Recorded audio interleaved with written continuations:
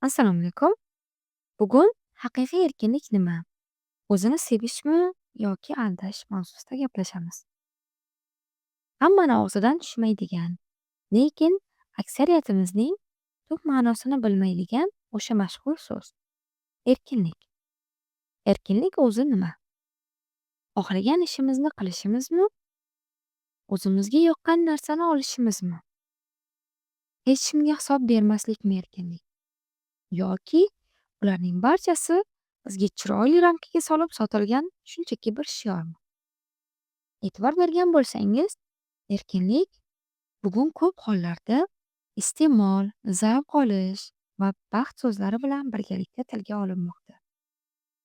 Aslida esa bu uch so'z birlashganda odatda erkinlik emas, qaramlik yuzaga keladi. Xo'sh, erkinlik xohlagan ishimizni qilishmi? Ana bir o'ylab ko'ramiz. Agar bir inson o'zi xohlagan vaqtda, o'zi xohlagan narsani sotib ololsa, o'zi xohlagan vaqtda munosabatlarni uzib keta olsa va shunchaki zerikkani uchun hamma narsani tashlab keta olsa, shunda bu inson erkin bo'ladimi? Yoki shunchaki hoy-havasini va nafsining qulimi? Bir narsani tan olishimiz kerak. O'zi xohlagan ishni qilish ko'p hollarda eng oson narsa bo'ladi. Qiyin bo'lgan narsa esa o'zi xohlamagan ishni ham qila olishdir. Agar haqiqiy erkinlik nimani xohlasam shuni qilaman deyish bo'lganda edi, yashandilar, biror narsaga yoki biror bir insonga qaram bo'lganlar va hatto g'azabini boshqara olmasdan boshqalarni ranjitadigan insonlar ham erkin bo'lishardi. Lekin bularning hech biri erkinlik emas ekanligini har birimiz yaxshi bilamiz. Demak, erkinlik faqatgina xohish va istaklarimiz bilan bog'liq emas ekan. Hop, boshqa tomondan olib qaraydigan bo'lsak, o'zim yashaydigan jamiyatdagi ruxsat berilgan narsalarni qilyapman. Hech kimga zarar bermayapman. Xo'sh, mana shumi erkinlik? Bu aslida avvalgisidan ham xavfliroq bo'lgan tuzoq. Chunki bu oyog'imizga taqilgan, lekin ko'rinmaydigan zanjir hisoblanadi. Odamlar senga nima deyapti? Buni qilishing mumkin. Bu narsani talab qilsang bo'ladi. Bu insonga o'xshashing kerak. Orzularing mana bu chiziqdan o'tib ketmasin. Va biz bu chiziqlarning ichida yurganimizda o'zimizni erkinman deb o'ylayapmiz. Lekin bu chiziqlarni o'zimiz chizganimiz yo'q-ku. Bu xuddi bog'i bor qamoqxonaga o'xshaydi. Devorlari yo'q-u, lekin qochishning imkoni ham yo'q. Men buni o'z xohishim va irodam bilan tanladim yolg'oni. Endi eng noqulay va asabimizni buzadigan joyga keldik. Men buni o'z istagim bilan qilyapman. Chunki bu narsa meni baxtli qilyapti.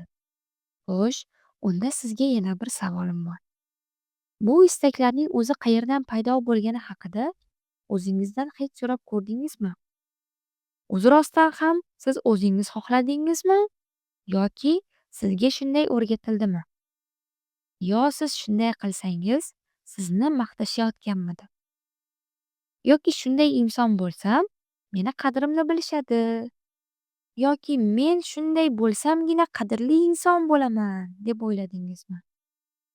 Ko'pchiligimizning men shunday insonman degan gapining katta qismi aslida boshqalar tomonidan yodlatilgan tanlovlar bo'ladi. O'zingni sev shiori. O'zingni sev shiori sodda va ayibsiz deb o'ylaysizmi? Nihoyat eng mashhur sarlavhamizga ham yetib keldik. O'zini sevish. Quloqqa juda ham chiroyli eshitiladi.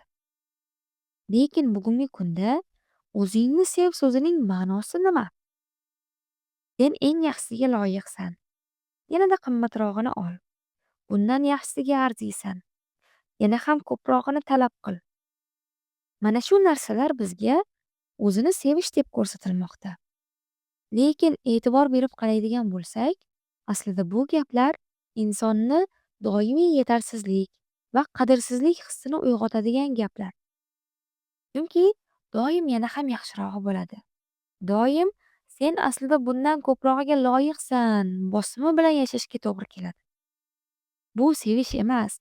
Bu qoniqmaslik va noshukurlikning bozori hisoblanadi. Bizni xursand qiladigan hamma narsa biz uchun yaxshimi? Eng xavfli yolg'onlardan biri ham shu aslida. Meni xursand qilyaptimi? Demak, men uchun yaxshi narsa. Yo'q, lekin unday emas. Ba'zida bizni xursand qilgan narsa bizni qoloqlashtiradigan, tanballashtiradigan va bizni o'ziga qaram qiladigan yoki bizga zarar beradigan narsa bo'lishi mumkin. Misol uchun, bolalar shirinlikni yaxshi ko'radi va ularga shirinlik berilganda ular juda ham xursand bo'ladi.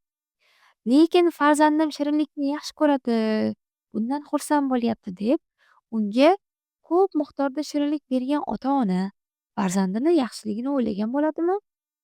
Aksincha, uning sog'lig'iga zarar yetishiga sababchi bo'ladi. Va shuning uchun ham ota-onalar farzandiga shirinlikni me'yorida berishga harakat qilishadi. Demak, sevish bilan rohatlanish boshqa-boshqa tushunchalar ekan. Insonni o'ziga bo'lgan haqiqiy sevgi nima? O'ziga bo'lgan haqiqiy sevgi hamma istaklarni bajarish emas. O'zini doim rag'batlantirish ham emas. Yoki zerikkani va siqilib ketgani uchun qochib ketish ham emas. O'ziga bo'lgan haqiqiy sevgi barcha istaklari va xoy-havaslari bilan emas, o'zini boricha qabul qila olishdir. U ba'zida o'ziga yo'q deya olishdir. Ba'zida men buni xohlashim odatiy hol bo'lishi mumkin, lekin bu ishni qilishim to'g'ri emas deya olishdir. Ya'ni vaqtinchalik bo'lgan zavqlardan voz kechib, uni rivojlantiradigan va unga foyda keltiradigan narsani tanlay olishdir. Albatta bu oson ish emas. Shuning uchun ham buning reklamasi qilinmaydi. Shuning uchun ham bu narsa hech qachon trendga aylanmaydi. Haqiqiy erkinlik qachon boshlanadi? Haqiqiy erkinlik xohish va istaklarimiz bilan o'z oramizga masofa qo'ya olganimizda, bizga taklif qilinayotgan narsalarning asl maqsadini surishtirishni boshlaganimizda va bu narsani yoki bu ishni qilishni o'zi rostdan ham o'zim xohlayapmanmi yoki mendan shu narsani talab qilishyaptimi deb o'zimizdan so'ray olganimizda boshlanadi. Erkinlik bu chegarasizlik emas. Aksincha, bu chegaralarni kim qo'yganini tushuna olishdadir.